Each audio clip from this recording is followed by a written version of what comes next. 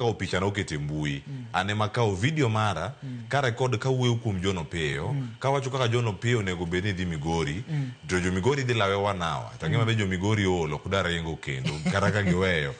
ta wacho kanyo to gima wacho ni samoro in adier korka kora ten miriambo korka ngama chielo tani makete e Facebook page mara ngama chielo kao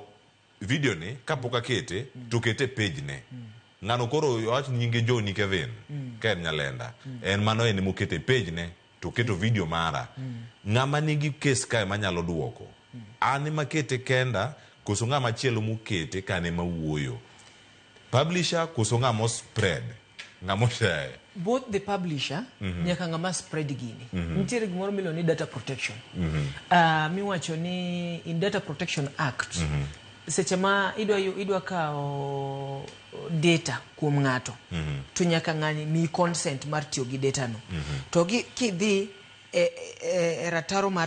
ataro mar chik ma ikao gima chalo kama mikete mbui koro the public kopo nini ikao gini kan ne poka publish to ngeni ambe anyalo chunga nyalo wacho ni ine mane record ana onge intention mar timo gini to the moment mana seka gini ma keto ma na record ni ayanyo ng'ato ama wuoyo marach kuom jatelo moro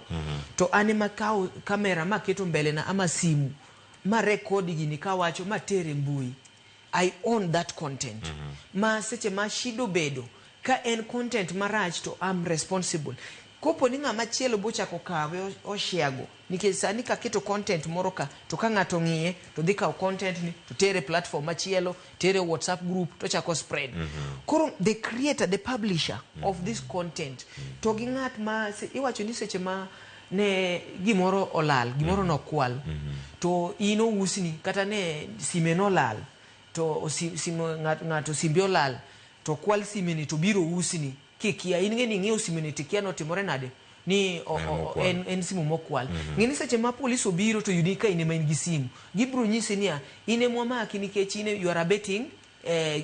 timbe mag njore koro wasemaki gi simu ni kiwacho ni simu ni imbe ng'iewe koro nyis watera kuom ng'ama timore nade ng'ama no uso ni godo mondo wategre kodi